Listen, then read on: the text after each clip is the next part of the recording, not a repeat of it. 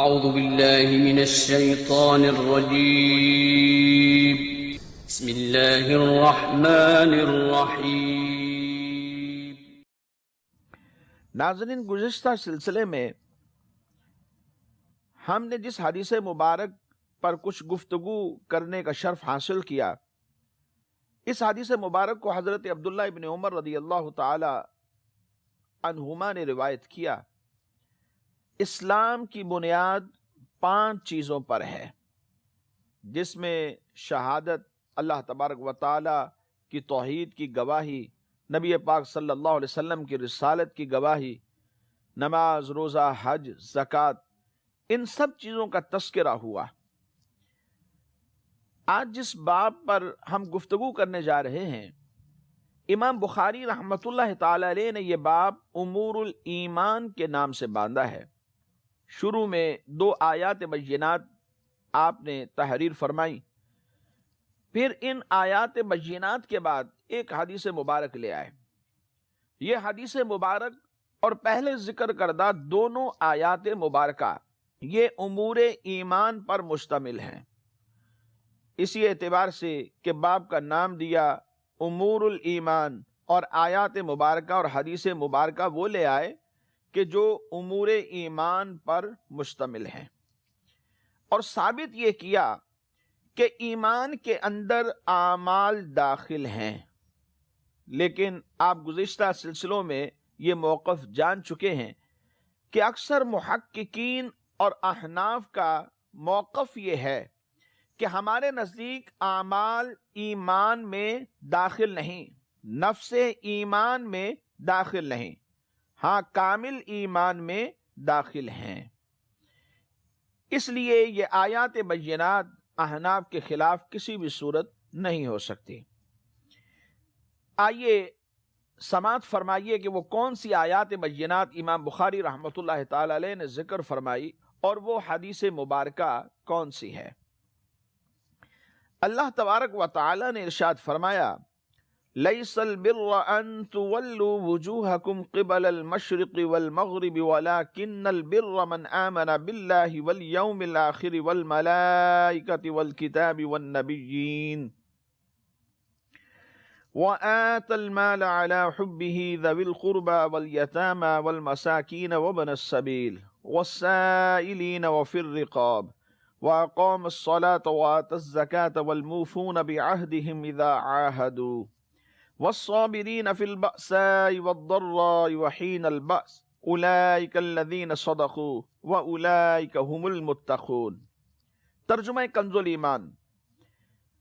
کچھ اصل نیکی یہ نہیں کہ منہ مشرق یا مغرب کی طرف کرو، ہاں اصل نیکی یہ کہ ایمان لائے اللہ اور قیامت اور فرشتوں اور کتاب اور پیغمبروں پر، اور اللہ کی محبت میں اپنا عزیز مال دے رشتہ داروں، یتیموں اور مسکینوں اور راہ گیروں اور سائلوں کو، اور گردن چھڑانے میں اور نماز قائم رکھے اور زکوٰۃ دے، اور اپنا قول پورا کرنے والے جب عہد کریں، اور صبر والے مصیبت اور سختی میں اور جہاد کے وقت یہی ہیں جنہوں نے اپنی بات سچی کی، اور یہی پرہیزگار ہیں۔ آیہ مبارکہ میں فرما دیا گیا کہ صرف قبلہ کی طرف منہ کر لینا ہی اصل نیکی نہیں ہے، جب تک کہ بندے کے عقائد درست نہ ہو اور دل اخلاص کے ساتھ رب قبلہ کی طرف متوجہ نہ ہو۔ یعنی قبلہ کی طرف منہ تو کر لیا، دل میں اخلاص نہیں ہے، عقیدہ درست نہیں ہے، تو پھر قبلہ کی طرف منہ کر لینے کا کیا فائدہ؟ کیونکہ یہ ایک عمل ہے، اور عمل کا تعلق ایمان سے ہوتا ہے، یعنی ایمان ہوگا تو اس عمل کا فائدہ ہے، اور اگر ایمان ہی نہیں ہے تو 1000 مرتبہ عمل کرے، اس عمل کا کوئی بھی فائدہ اسے نہیں ہوگا۔ تو کفار مکہ قبلہ کے معاملے میں ایمان والوں سے لڑا کرتے تھے، رشوت، سود خوری، حرام کاری اور دیگر تمام بازار گرم رکھتے تھے، اور قبلہ کے حوالے سے لڑائیاں کرتے تھے، جھگڑے کرتے تھے، تو ان کو بتا دیا گیا کہ قبلہ ہی کی طرف منہ کر لینا یہ اصل نیکی نہیں جب تک کہ بندے کے عقائد درست نہیں ہیں۔ تمہارا عقیدہ تو درست نہیں، تم اللہ وحدہ لا شریک پر ایمان نہیں لاتے، نبی پاک صلی اللہ تعالی علیہ وآلہ وسلم جو لے کر کے آئے ہیں تم ان چیزوں پر ایمان نہیں رکھتے، تو جب تک تم ایمان نہیں لاؤ گے تو تمہارے اس عمل کا کیا فائدہ؟ تو یہ بات واضح کر دی گئی۔ یہ بات بھی ذہن نشین رکھنی ضروری ہے کہ اعمال کو بجا لاتے اور دوسروں کے عمل کو حقیر اور معمولی نہ سمجھتے ہوئے کسی خاص عمل کو زیادہ رغبت و محبت اور کثرت کے ساتھ کرنا تو درست ہے اور اس میں کوئی حرج نہیں ہے، لیکن ضروری عمل مثلا فرائض واجبات ترک کرنے کی صورت میں یا اپنے عمل اور طریقے کے علاوہ دوسروں کے عمل اور طریقے کو حقارت کی نگاہ سے دیکھتے ہوئے کسی ایک عمل کو ہی اچھا سمجھنا یہ سراسر باطل ہے، غلط ہے۔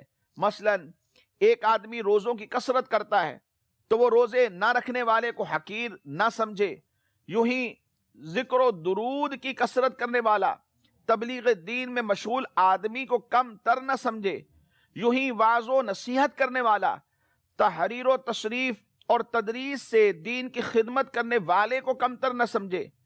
تو یہود کو یہی بات بتا دی گئی کہ پہلے اپنے عقائد درست کرو، عقائد درست کرو کہ تو تمہارے ان عملوں کا فائدہ ہے، اور عقائد درست کرنے کے ساتھ ساتھ اللہ تبارک و تعالیٰ پر ایمان لانے کے ساتھ ساتھ تمہیں اور بھی عمل کرنے ہیں۔ ان عملوں پر اگر پورا اترتے ہو تو گویا کہ اللہ تبارک و تعالیٰ کے فرما بردار کہلاؤ گے۔ اس آیت سے یہ بات معلوم ہوئی کہ اعمال سے ایمان مقدم ہوتا ہے، پہلے ایمان لاؤ پھر نیک عمل کرو، کیونکہ جو جڑ ہوتی ہے شاخوں سے پہلے ہوتی ہے۔ ایمان جڑ ہے، اعمال شاخیں ہیں۔ ایمان میں سب سے اول اللہ تبارک و تعالی پر ایمان لانا ہے۔ اس کے بعد جو دوسری آیہ مبارکہ امام بخاری رحمۃ اللہ تعالی علیہ نے ذکر کی ہے وہ بھی امور ایمان پر مشتمل ہے۔ قد افلح المؤمنون الذین هم فی صلاتهم خاشعون والذین هم عن اللغو معرضون والذین هم للزکاة فاعلون والذین هم لفروجهم حافظون الا على ازواجهم او ما ملكت ایمانهم فانهم غیر ملومین فمن ابتغى وراء ذلك فاولئک هم العادون والذین هم لأماناتهم وعهدهم راعون والذین هم على صلواتهم يحافظون اولئک هم الوارثون الذین یرثون الفردوس هم فیها خالدون۔ آئیے ترجمہ کنز الایمان سماعت فرمائیے۔ بے شک مراد کو پہنچے ایمان والے جو اپنی نماز میں گڑ گڑاتے ہیں، اور وہ جو کسی بہودہ بات کی طرف التفات نہیں کرتے، اور وہ کہ زکوٰۃ دینے کا کام کرتے ہیں، اور وہ جو اپنی شرم گاہوں کی حفاظت کرتے ہیں مگر اپنی بیویوں یا شرعی بادیوں پر جو ان کے ہاتھ کی ملک ہیں کہ ان پر کوئی ملامت پھر نہیں۔ تو جو ان دو کے سوا کچھ اور چاہے وہی حد سے بڑھنے والے ہیں، اور وہ جو اپنی امانتوں اور اپنے عہد کی رعایت کرتے ہیں، اور وہ جو اپنی نمازوں کی نگہبانی کرتے ہیں، یہی لوگ وارث ہیں کہ فردوس کی میراث پائیں گے، وہ اس میں ہمیشہ رہیں گے۔ تو ان دونوں آیات کو ذکر کیا اس لیے کہ یہ امور ایمان کے اوپر مشتمل ہیں۔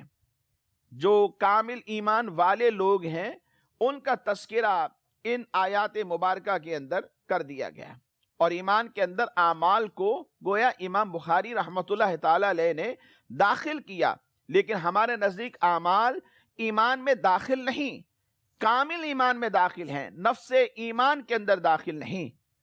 تو اس لیے یہ آیتیں پھر ہمارے خلاف نہیں جاتی۔ اسی طرح اسی بات کے پیش نظر انہوں نے حدیث مبارکہ بیان کی، اور حدیث مبارک کو بھی باب کے ساتھ مناسبت ہے کہ حدیث مبارک کے اندر بھی امور ایمان اور شعبہ جات کا ذکر ہے۔ آئیے حدیث مبارک سماعت فرمائیے۔ حضرت ابو ہریرہ رضی اللہ تعالی عنہ سے یہ حدیث مبارک مروی ہے، یہ نبی کریم صلی اللہ تعالی علیہ وآلہ وسلم سے روایت کرتے ہیں کہ سرکار دو عالم صلی اللہ تعالی علیہ وآلہ وسلم نے ارشاد فرمایا، الایمان بدع و ستون شعبۃ والحیاء شعبۃ من الایمان۔ ایمان کے 60 سے کچھ زائد شعبے ہیں اور حیا ایمان کا ایک شعبہ ہے۔ اس حدیث مبارک میں 3 چیزوں پر بات بڑی اہم نظر آتی ہے، ایک ایمان، دوسرا ستون کا لفظ اور تیسرا حیا۔ علامہ بدر الدین عینی رحمۃ اللہ تعالی علیہ یہ فرماتے ہیں کہ لغت میں ایمان تصدیق بالقلب کا نام ہے، کہ انسان کا دل جب تصدیق کرتا ہے تو یہ ایمان ہے، اور عرف شرع کے اندر ایمان کہتے ہیں تصدیق بالقلب کو، اقرار باللسان کو اور عمل بالجوارح کو۔ ان تینوں کے مجموعے کا نام یہ ایمان ہے۔ عمل فروعات ہے اور جو تصدیق بالقلب ہے یہ نفس ایمان ہے۔ گویا یوں سمجھ لیجئے کہ تصدیق بالقلب یہ ایمان ہے، اور اقرار باللسان یہ دنیاوی احکام کے اجرا کے لیے شرط ہے، کہ ایک شخص کافر تھا، دل میں ایمان لے آیا لیکن عمل کوئی نہیں کیا، تو اس کے اوپر احکام کون سے صادر کریں گے؟ کیونکہ اس نے اظہار کبھی زبان سے نہیں کیا تو تمام کفر کے احکام اس کے اوپر صادر ہو جائیں گے، اور اگر یہ اپنی زبان سے اظہار بھی کرتا تو اب اس کی زبان سے اظہار کرنے سے یا عمل کے ذریعے بتانے سے کہ یہ نماز پڑھ رہا تھا، رمضان المبارک آیا تو اس نے روزے رکھے ہیں، حج فرض ہوا تو حج کرنے کے لیے گیا ہے، یعنی مسلمانوں کے تمام احکام پر عمل شروع کر دیا، تو اب اس کے اوپر تمام اسلامی احکام کا اجرا کر دیا جائے گا۔ اس حدیث مبارک میں ایک لفظ استعمال ہوا بدع و ستون، ستون 60 کو کہتے ہیں، اور بدع اس کا اطلاق کس پر ہوتا ہے؟ علامہ عینی رحمۃ اللہ تعالی علیہ بدع کی تفسیر میں مختلف اقوال نقل کرتے ہیں۔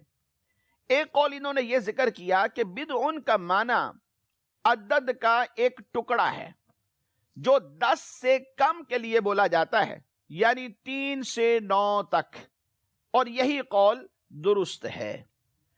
تو معنی یہ ہوا کہ 60 سے کچھ زیادہ، کہ دین کے 60 ستون یہ شعبے ہیں اور بدع 60 سے کچھ زیادہ ہیں۔ ایمان کے شعبوں کی تفصیل کیا ہے؟ مدنی چینل کے ناظرین، ایمان کی اصل یہ 3 چیزوں پر ہے، جیسا کہ ہم پہلے ذکر کر چکے ہیں، تصدیق بالقلب، اقرار باللسان اور عمل بالارکان۔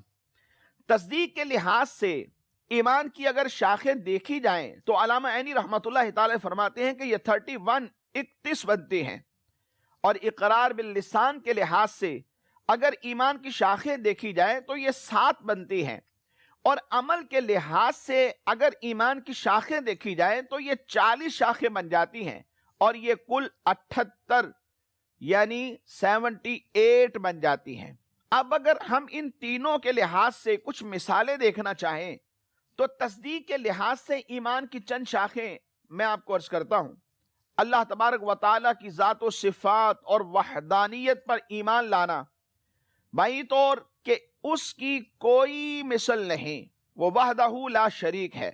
اللہ تبارک و تعالیٰ کے سوا ہر چیز کے حادث ہونے پر ایمان ہونا، فرشتوں پر ایمان لانا، اللہ تبارک و تعالیٰ نے جو کتابیں نازل فرمائی ان کتابوں پر ایمان لانا، اللہ تبارک و تعالیٰ کے تمام رسولوں پر ایمان لانا، ہر خیر اور شر کو اللہ تبارک و تعالیٰ کی تقدیر کے ساتھ وابستہ ماننا، قیامت پر ایمان لانا، اس میں قبر کے سوال، عذاب، مرنے کے بعد اٹھنا، حساب، میزان، یہ سب چیزیں یہ ایمان یعنی تصدیق بالقلب کے اندر داخل ہیں، یہ اس کی شاخیں بن جاتی ہیں۔ اور اقرار باللسان کے لحاظ سے اگر ایمان کی شاخیں دیکھیں تو توحید و رسالت کا اقرار، قرآن کی تلاوت کرنا، علم دین حاصل کرنا، علم دین پڑھانا، دعا کرنا، ذکر کرنا، اس میں استغفار کرنا بھی داخل ہے، اور فضول باتوں سے اجتناب کو بھی فقہاء اسلام نے اقرار باللسان کے اندر شامل کیا ہے۔ عمل بالارکان، یعنی بدن کے اعمال کے لحاظ سے بھی ایمان کی شاخیں جدا ہیں۔ مطلب پاکیزگی حاصل کرنا، نماز پڑھنا، اس میں فرائض و نوافل اور قضا نمازوں کا پڑھنا داخل ہے۔ زکوٰۃ ادا کرنا، اس میں صدقہ فطر اور دیگر تمام صدقات داخل ہیں۔ روزہ رکھنا، خواہ فرض ہو یا نفل ہو، حج اور عمرہ کرنا، اعتکاف کرنا، نظر پوری کرنا، عمل بالارکان کے اندر یہ چیزیں اور ان کے علاوہ اور بہت ساری چیزیں شامل ہیں۔ علامہ عینی رحمۃ اللہ تعالی علیہ لکھتے ہیں، ان شاخوں کی تعیین میں ائمہ دین نے کتابیں تصنیف فرمائی، یعنی اتنی شاخیں ہیں کہ ائمہ دین نے پوری کتابیں تصنیف فرمائی۔ ان میں سے امام عبداللہ حلیمی رحمۃ اللہ تعالی علیہ، انہوں نے کتاب تحریر فرمائی، اس کا نام فوائد المنہاج رکھا۔ ایک کتاب حافظ ابو بکر بیہقی رحمۃ اللہ تعالی علیہ نے لکھی، مشہور کتاب ہے، شعب الایمان کے نام سے ہے، اس کی 7 جلدیں ہیں۔ امام ابو حاتم ہیں، انہوں نے وصف الایمان و شعبہ کے نام سے کتاب لکھی۔ تو علماء اسلام نے ایمان کے ان شعبوں پر مختلف کتابیں تصنیف فرمائی۔ یہاں پر ایک اعتراض بھی ہوتا ہے۔ اعتراض یہ ہے کہ حدیث مبارک میں یہ کہا گیا کہ ایمان کی شاخیں 60 سے کچھ زائد ہیں، اور دیگر اور احادیث کو اگر ہم سامنے رکھتے ہیں تو بعد میں 70 یا اس سے زائد کا بھی ذکر ہے۔ تو یہ 60 سے زائد یا 70 سے زائد میں پھر انحصار تو نہیں ہو سکے گا، بلکہ یہ تعداد تو پھر بہت زیادہ ہو گئی، جیسا کہ علامہ عینی رحمۃ اللہ تعالی علیہ نے تصدیق بالقلب، اقرار باللسان اور عمل بالارکان کو لے کر کے 78 بیان کر دی۔ تو اس کے مختلف جواب علماء کرام نے بیان فرمائے۔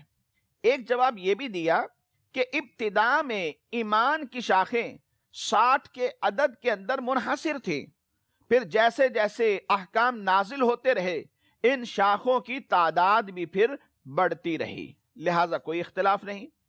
دوسرا ایک جواب یہ ہے کہ یہ بھی ہو سکتا ہے کہ ایمان کی شاخوں کی جو تعداد ہے وہ 60 سے زائد ہی ہو، لیکن ہر شاخ کے تحت پھر شاخیں، جیسا کہ علامہ عینی رحمۃ اللہ تعالی علیہ نے ذکر کیا کہ ایمان کی 70 سے زائد شاخیں ہیں۔ پھر کچھ تفصیل کے بعد فرمایا کہ خلاصہ یہ ہے کہ ایمان کی اصل 3 چیزوں پر ہے: تصدیق بالقلب، اقرار باللسان، عمل بالارکان۔ تصدیق کے لحاظ سے ایمان کی 31 شاخیں، اقرار کے لحاظ سے 7 اور عمل بالارکان کے لحاظ سے 40 شاخیں، اور یہ کل 78 بن جاتی ہیں۔ اور ایک جواب شارحین نے یہ بھی دیا کہ یہ بھی تو ہو سکتا ہے کہ 60 یا 70 کا جو عدد بولا گیا ہے یہ صرف تکثیر کے لیے ہے، حصر کو بیان کرنے کے لیے نہیں ہے، جیسے عام طور پر مبالغہ کرتے ہوئے بیان کر دیا جاتا ہے۔ کسی کو سمجھا رہے ہوں تو کہا کہ بھئی میں نے تمہیں 1000 مرتبہ سمجھایا، حالانکہ 1000 مرتبہ تو بات بھی نہیں ہوئی ہوتی۔